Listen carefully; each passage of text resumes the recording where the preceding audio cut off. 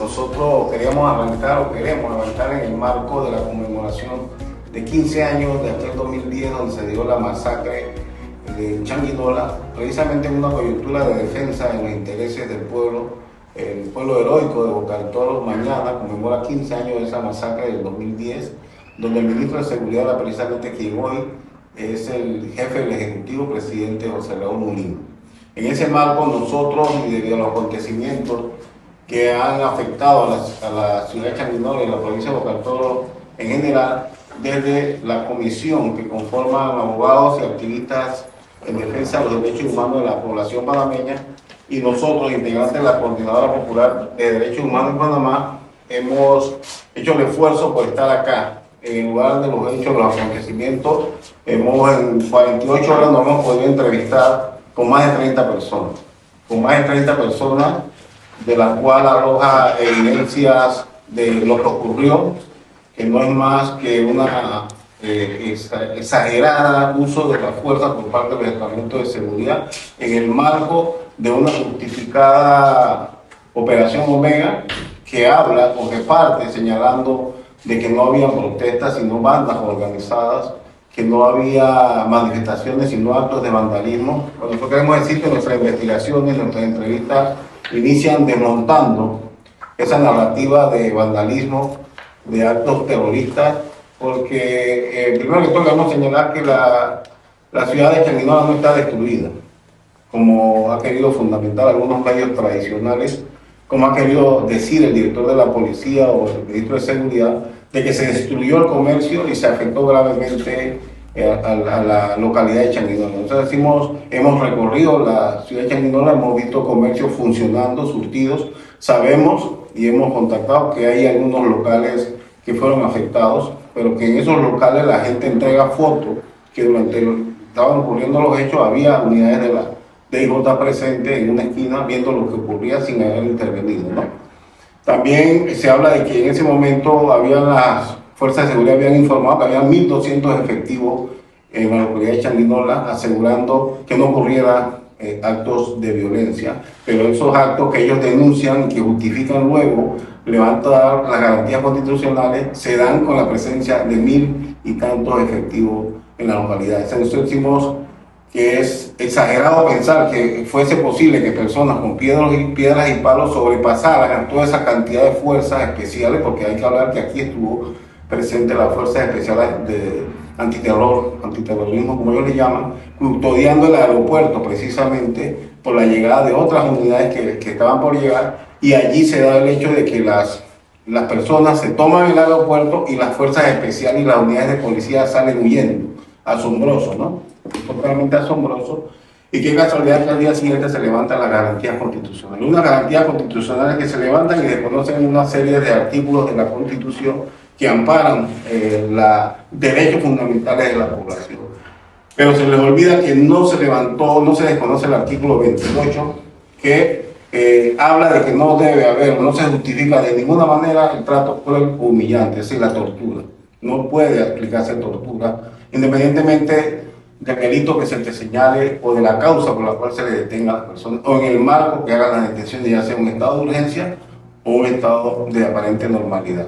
En la visita que ustedes han realizado a nivel de la provincia de Boca del Toro, en ese recorrido que han podido haber, que están haciendo, ¿han evidenciado torturas? Obviamente, a eso nos referimos. Nosotros hemos podido entrevistar familiares y también personas que fueron detenidas, que ya están liberadas y que tienen marcas en sus cuerpos, en sus brazos de las esposas, tienen marcas en los costados de su cuerpo, de las patadas, de los golpes, tienen aperturas, suturas en sus caras de golpes con las armas, cabezas rotas, pero también la secuela interior, personas que fueron obligadas, que hablan de haber sido obligados a beber agua con químicos de gas pimienta, que fueron sometidos a largas horas sin comer, no permitido que hicieran sus necesidades básicas de defecar, orinar, de bañarse.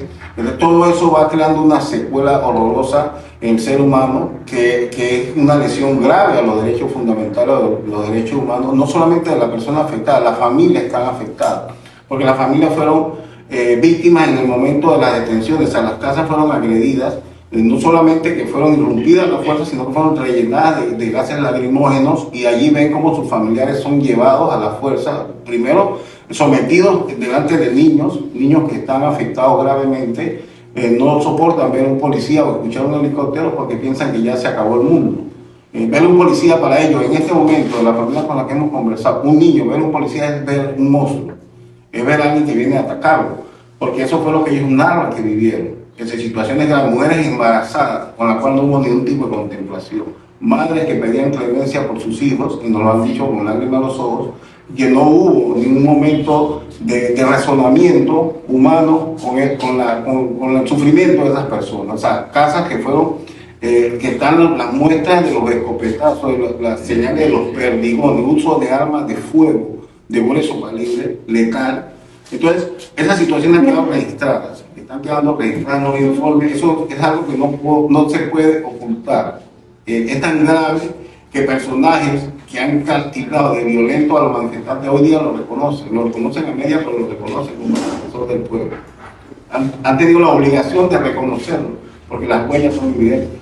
No han podido ni podrán borrar las huellas del daño cometido. Hay personas que hablan de violaciones carnales a jóvenes, pero no solamente mujeres, hombres que han sido violados.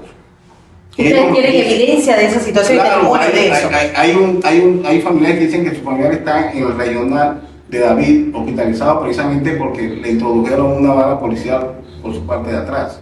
Es un señor de 62 años. 62 años. 62 años, que fueron, aquí tengo una joven, una de las víctimas de esas, que ella hablará en su momento, que fue víctima de esas torturas, que fue víctima de esas golpizas que da la policía. Nosotros hablamos porque nosotros hemos tenido los testimonios, eso está certificado, no hemos hecho acompañar de un reportero, un escritor independiente para dar fe del trabajo que estamos haciendo.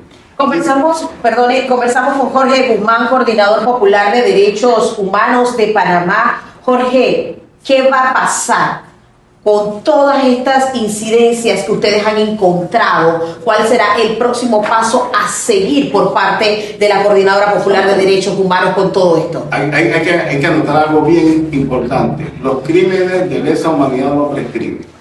Aquí ministro, llámese comisionado, llámese director, llámese agente, llámese policía de raso. Todo aquel que cometió esta serie de crímenes que están siendo develados y van a ser denunciados, van a pagar independientemente del tiempo que transcurra, porque no prescribe. La tortura y las afectaciones a pueblos enteros no prescriben en ninguna legislación, ni nacional ni internacional. Panamá es signatario de cientos de convenios que prohíben la tortura y los tratos crueles, pero también prohíben la desaparición forzosa. Aquí hay más de 10 desaparecidos según los testimonios familiares. Todo esto está siendo documentado y enviado hacia el Alto Comisionado de las Naciones Unidas para los Derechos Humanos en Panamá y la Comisión contra la Tortura de las Naciones Unidas. Quiero que se sepa, las autoridades que le corresponde, que todas las personas que han dado su testimonio se les está solicitando protección porque están siendo amenazados constantemente. Aquí hay casas donde la policía está llegando todavía a allanar ilegalmente, fuera del estado de urgencia. Hay casas que han sido allanadas en el área del Empalme y en el área de Chalinola Centro. Todavía se están dando allanamientos. Están visitando a la gente en sus lugares de trabajo para amenazarlos de que no pueden poner denuncias. Queremos que sepa que ya le solicitamos protección a las Naciones Unidas para todos esos testimonios, para todas esas personas. La policía no puede seguir actuando así, no va a poder seguir actuando de esa manera. Aquí hay violaciones graves de los derechos humanos que van a ser denunciadas en las instancias nacionales y en las instancias internacionales. Independientemente de que sabemos y reconocemos que hay detenidos ilegales, dirigentes detenidos en estos momentos, miembros de la provincia como Francisco Smith y otros, que están siendo detenidos por la instrumentalización del Ministerio Público a favor de la represión, a favor de los intereses del gobierno. Eso no va a quedar impune porque hay otras instancias a las cuales las instancias nacionales tienen que responder forzosamente. Eso no va a ser eterno. El gobierno no es eterno, las violaciones de derechos humanos no van a ser para todo el tiempo. El pueblo se va a defender, tenemos los mecanismos a disposición y los vamos a utilizar para que todo esto se sepa y paguen su culpa quienes tengan que pagar. Usted que ha tenido la oportunidad de conversar con parte de las personas que han vivido estas torturas, ¿hay temor por parte de la población? Definitivamente es algo que se siente. En las miradas, en las conversaciones se siente el miedo, no es temor, es pánico. Ver a un policía hoy en esta provincia para mucha gente es una cuestión de terrorífica. Pero la forma como actuaron, y eso está claramente en los videos, se ve la forma como patean, como humillan, como tratan no solamente a hombres, a mujeres, a ancianos. Aquí se cae el mito, y quiero referirme a eso, el mito de las bandas, de las pandillas. Nosotros visitamos una familia muy carismática de la localidad de Changuinola que le dicen los pachucos.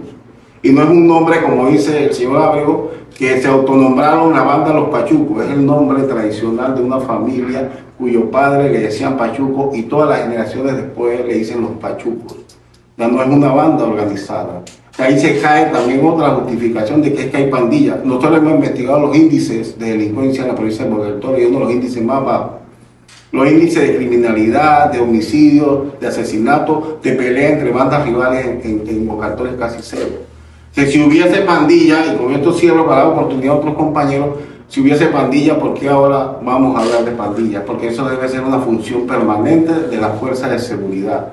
Estuviesen aquí en la provincia estaciones del bloque de búsqueda, de las fuerzas especiales de antidroga, etcétera, etcétera, pero no lo hay, porque no hay evidencia de una provincia afectada por grupos pandillerismo. Puede haber organizaciones criminales, nosotros no sabemos, lo debe saber Frank Ábrego y el director de la policía, son los que están obligados a saberlo y darle persecución, pero no solamente cuando la gente protesta, sino todo el tiempo para brindar realmente seguridad a la población. Aquí está parte de lo que ha vivido Evelyn y muchos bocatoreños, como así lo muestra Jorge Guzmán. Jorge, una cosa es escucharte decir que hay personas que fueron torturadas, pero otra cosa es ver el dolor que siente Evelyn, las lágrimas de una bocatoreña y que te cuente lo que vivió en esos 12 días de pesadilla, Guzmán.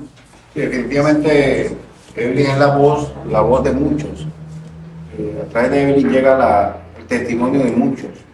El dolor de Evelyn es irreconocible, es indescriptible para nosotros. Solo ella sabe y podrá superar con la ayuda de los profesionales este dolor tan grande que obviamente el gobierno no ha querido reconocer, ni va a reconocer. Un gobierno soberbio, arrogante, que se siente que está por encima de la propia Constitución que dicen defender y las normas de carácter internacional de derechos humanos. Pero el pueblo organizado, en debida forma, vamos a hacernos justicia.